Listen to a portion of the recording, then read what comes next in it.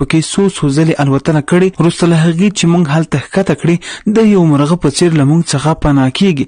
ستاسو هر نفر باید په سلګونو پرېکړې وکړي. موږ شاید مناسب ځواب ونه لرو خو تاسو باید مخته لاړ شئ. تاسو باید تصمیم ونیسئ او اقدام وکړئ.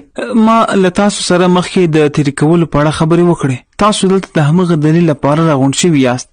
کله چې دښمن له موږ سره مخامخ کېږي، کله چې نیغ په نیغه حمله کېږي، فوق العاده او پر هدف برابر اور به یې سم د لاس له منځه یوسي. په ضمانت سره درته وایم چې موږ به سمندري ځواکونه له لاسه ورکړو. اجازه مه ورکوئ چې احساسات در باندې زور شي. په ښار کې 80,000 ملکي وګړي دي او شاید 1000 طالبان وي.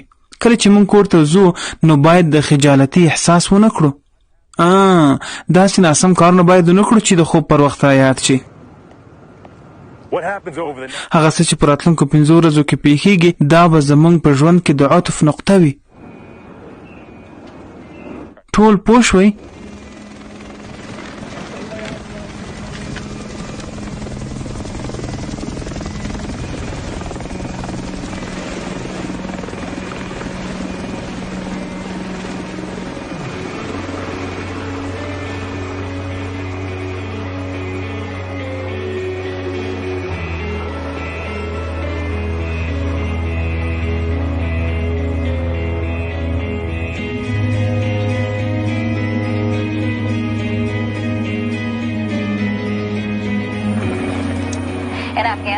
په افغانستان کې له طالبانو سره د یوې لوی او سختې جګړې لپاره بستر جوړ شوی او سمندري ځواکونه په طالبانو باندې د حملې لپاره د خوځېدو په حال کې دي.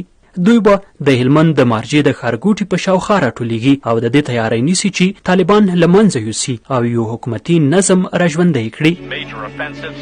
دا د اوباما لخوا د طالبانو له منځه وړلو لپاره افغانستان ته د 10,000 ځواکونو د لیږلو له اعلان راوروسته تر ټولو لوی اقدام دی. افغانستان مو له لاسه نه دی ورکړی مګر یوازې یو څو کاله یې په شا تګ کړی او طالبانو د ځینو سیمو په بیا نیولو پیل کړی.